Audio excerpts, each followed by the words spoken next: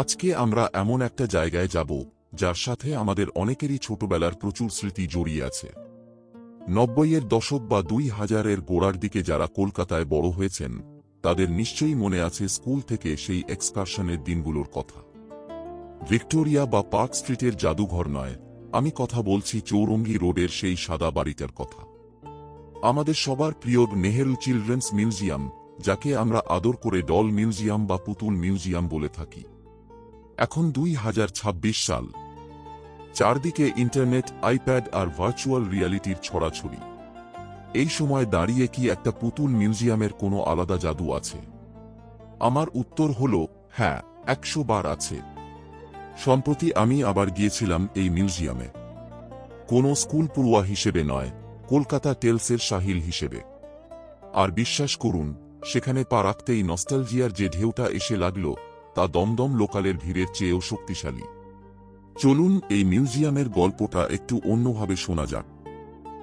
১৯৭২ সালের ১৪ই নভেম্বর পণ্ডিত জওহরলাল নেহেরুর জন্মদিনে যুগল শ্রীমাল এই মিউজিয়ামের প্রতিষ্ঠা করেন। উদ্দেশ্য ছিল খুব সাধারণ অথচ গভীর, এডুকেশন থ্রু এন্টারটেইনমেন্ট, অর্থাৎ আনন্দের মাধ্যমে শিক্ষা। ইন্টারনেট আসার অনেক আগেই এই মিউজিয়াম বাচ্চাদের সারা বিশ্বের সংস্কৃতির সাথে পরিচয় করিয়ে দিত। চারতলা এই মিউজিয়ামে দেখার মতো অনেক কিছু আছে। প্রথমেই আসি ইন্টারন্যাশনাল ডল গ্যালারিতে। এটাই এখানকার মূল আকর্ষণ। ৮৮টারও বেশি দেশ থেকে আনা পুতুল দিয়ে সাজানো এই গ্যালারি। কোনো পাসপোর্ট ছাড়াই যেন পুরো পৃথিবী ঘুরে নেওয়া যায় এখানে। জাপানের কিমোনো পরা পুতুল থেকে স্পেনের ডান্সার কিংবা আফ্রিকার ট্রাইবাল পোশাক, সব দেশের ঐতিহ্য আর সংস্কৃতি যেন জীবন্ত হয়ে আছে কাঁচের বাক্সগুলোর ওপারে। এটা শুধু পুতুল নয়, এটা পুরো পৃথিবীর ফ্যাশন আর ভূগোলের একটা ছোট্ট রূপ। এরপর আসি আমার সবচেয়ে প্রিয় অংশে, রামায়ণ ও মহাভারত গ্যালারি। এই জায়গাটা আন্ডাররেটেড। এখানে পুতুল নয়, মাটির তৈরি ছোট ছোট মডেল দিয়ে পুরো মহাকাব্যকে তুলে ধরা হয়েছে। কুমোরটুলির স্টাইলে তৈরি এই মিনিয়েচার মডেলগুলোতে যে সূক্ষ্ম কাজ আছে তা দেখলে অবাক হতে হয়। রামের জন্ম থেকে শুরু করে কুরুক্ষেত্রের যুদ্ধ 3D কমিক বুকের মতো চোখের সামনে সব ভেসে ওঠে। এছাড়াও আছে গণেশ গ্যালারি, যেখানে প্রায় ৩০০-র বেশি নানা রকমের গণেশ মূর্তি আছে। আর যারা গাড়ি ভালোবাসেন তাদের জন্য আছে ভিন্টেজ খেলনা গাড়ির এক দারুণ কালেকশন। এবার বলি কিভাবে যাবেন আর কখন যাবেন। এই জায়গাটাতেই অনেকে ভুল করেন। মাথায় রাখবেন, সোম আর মঙ্গলবার কিন্তু মিউজিয়াম বন্ধ থাকে। বাকি দিনগুলোতে সকাল ১১টা থেকে, শনি ও রবিবার সকাল 10টা থেকে সন্ধে 7টা পর্যন্ত খোলা থাকে। টিকিট মাত্র ২০ টাকা, আর বাচ্চাদের জন্য 10 টাকা।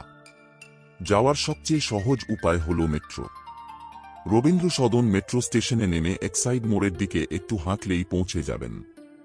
পিসি চন্দ্র জুয়েলার্সের ঠিক পাশেই। যেহেতু মিউজিয়ামটা ঘুরতে আপনার ১ ঘন্টার মতো লাগবে, তাই এরপর আপনারা অনায়াসেই ঢুঁ মারতে পারেন পাশের নন্দন চত্বরে। বন্ধুদের সাথে একটু আড্ডা, সাথে এক ভাঁড় চা। চাইলে হেঁটে ঘুরে আসতে পারেন সেন্ট পলস ক্যাথেড্রাল বা ভিক্টোরিয়া মেমোরিয়াল থেকেও।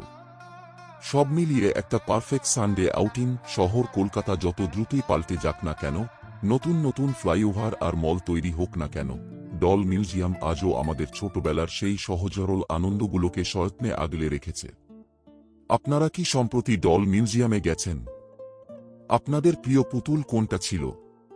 কমেন্টে অবশ্যই জানাবেন। গল্পটা ভালো লাগলে ভিডিওটা লাইক করুন, আর কলকাতা টেলসকে সাবস্ক্রাইব করতে ভুলবেন না। আজকের মতো এখানেই বিদায় নিচ্ছি। ভালো থাকবেন, আর হ্যাঁ, এক্সপ্লোর করতে থাকুন।